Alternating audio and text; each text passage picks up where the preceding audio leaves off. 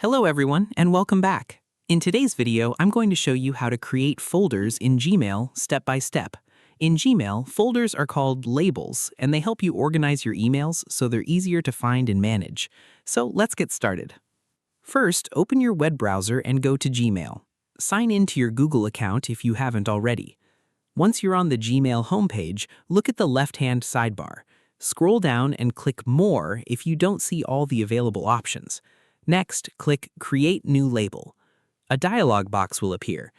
Enter a name for your new label. For example, you could name it Work, Personal, Receipts, or Projects. If you want to create a subfolder, check the option Nest Label Under and choose an existing label from the drop-down menu. Once you've entered the label name, click Create. Your new label will now appear in the left sidebar. To move an email into your new label, open the email or select one or more emails from your inbox. Next, click the Labels icon at the top of the page. Select the label you just created, then click Apply.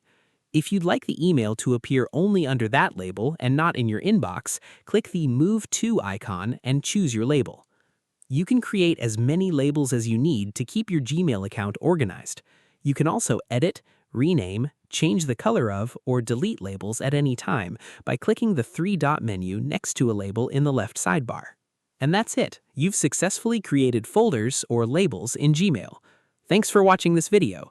If you found this tutorial helpful, don't forget to like, subscribe, and turn on notifications for more Gmail tutorials and productivity tips. See you in the next video.